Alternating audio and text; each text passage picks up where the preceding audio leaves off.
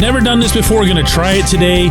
None of our three teams in the city had a game or even a practice yesterday, so I thought, let's go with a little bit of a gimmick. And that is that I'm going to do all three daily shots, Steelers, Penguins, and Pirates, with the same theme, which is to identify that team's most underappreciated player. Applying that term literally. Good morning to you.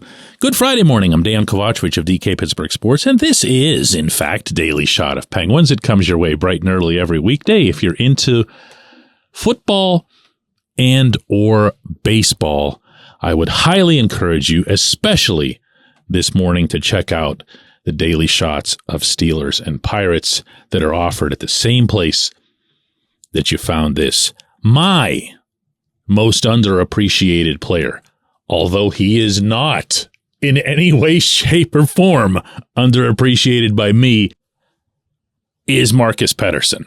But I'm going to throw in with a very, very large asterisk that I happen to believe that this is the year he will finally come of age in this category. Not necessarily become a better hockey player, but he'll become more appreciated. First and foremost, my hope, provided that it actually looks like it could work in camp, is that he'll be the defenseman paired with Erik Karlsson. He's had experience on a top pairing. He's worked alongside Chris Letang. I think Ryan Graves can fit really well with Letang, but I'd like to make double damned sure that Karlsson's assimilation is everything that it can be. Having not only a fellow Swede, and I never downplay that element, alongside him, Karlsson also would have someone who is just a student of the Mike Sullivan system. Not only does Pettersson analyze his own game, his own little details and things that he could have done better or things that he really struggled with. He's really honest about it, but he can do that with the team as a whole. He sees the whole ice, really, when it comes to this sort of thing. Perfect partner, again, in theory, to work alongside Karlsson. If that happens, and Karlsson does nothing more than to be the same player that he was last year in San Jose, and I'm not making that sound like it wouldn't be an achievement unto itself, because 101 points is, pretty good, regardless of your position or the general standing of your team. If Karlsson can be that guy, and Pettersson can be out there providing not only support, defensive support, making sure that he's back when Karlsson joins the rush, but also keeping the other team honest by leading his own rushes or being the late guy on his own rushes from time to time, which, as we saw this past season, Pettersson is not shy at all about doing. In fact, I feel like he's a much better player, much more, to borrow the Sullyism, on his toes when he's engaged that way. It makes him a stronger, sturdier player all over the rink, including, by the way, at his own blue line, which used to be an issue for him and is no more. He can now stand people up, as opposed to just being that tripod guy who tries to use his length to get in the way. He can flat out stand them up and push them back.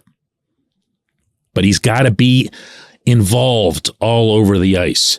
I don't care about Marcus's stats, whether they're good or bad. And by that, I'm talking about counting stats, goals, assists, and so forth. I don't care about people's perception of him as it relates to physicality. Because what I know about Marcus is that for a guy who's as wiry as he is, and he is one of the thinnest professional athletes I have ever covered, which is hilarious, parenthetically, since P.O. Joseph might be the second guy on that list for me, also just incredibly thin. But Marcus will punish you, and Marcus will take it back, and he'll usually take it back a lot worse. You've probably noticed over the years that he's been here that opponents really don't like him. And more often than not, you're not going to see why, because TV cameras aren't going to show you stuff away from the play.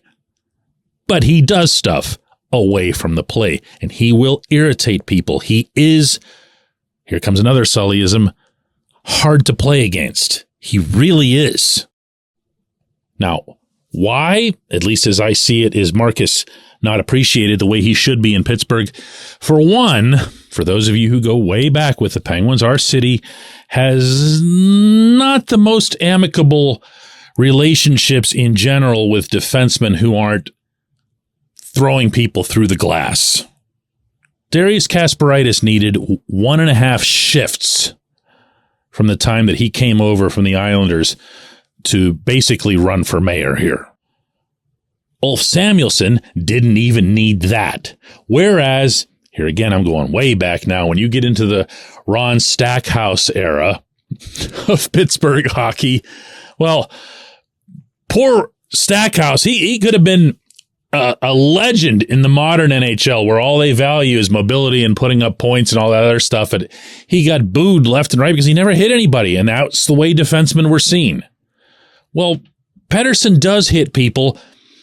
It just doesn't have that much of an effect. So he goes for something a little bit extra, a little bit devious, a little bit underhanded.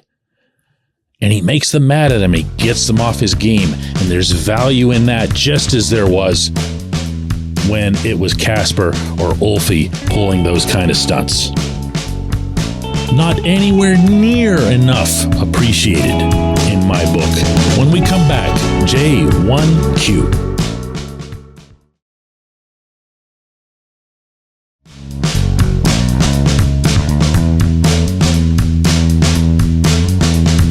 Today's J1Q comes from Shin Ma, and it's in regard to the news yesterday, official news, that the Penguins are taking over AT&T Sportsnet Pittsburgh. They're dropping the AT&T term, and it's just going to be them, at least for now. We'll see how things go with the Pirates. And the biggest question that came in general in this direction regarding that transaction is, how are they going to handle streaming rights? Because streaming is where everything is going. And within that, would fans now be able to just stream all 82 regular season Penguins games, regardless of where they live, regardless of blackout restrictions and so forth? To which, going back to Shin Ma, the question here is, can the Fenway Sports Group simply pay ESPN and TNT a licensing rider fee for what would have been an exclusive right to broadcast for the remainder of the ESPN and TNT contracts with the NHL? If anybody didn't get that, I don't blame you. I'm going to try to put that into simpler terms here. If you're this new network, if you're Sportsnet Pittsburgh,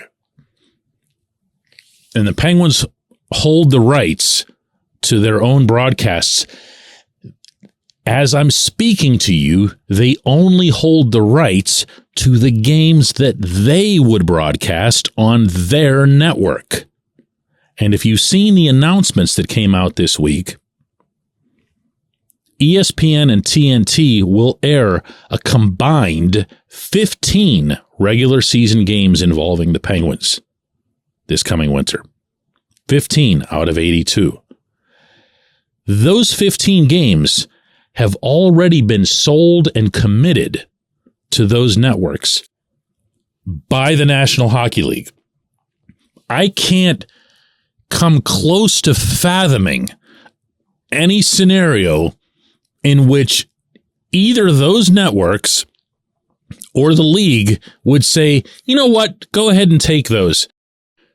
We feel like the contracts we signed are still very valuable, even if you don't let us ever show Sidney Crosby, Evgeny Malkin, Chris Letang, Erik Karlsson, and all kinds of presumably great Metro matchups and so forth involving, the New York markets. No chance. No chance.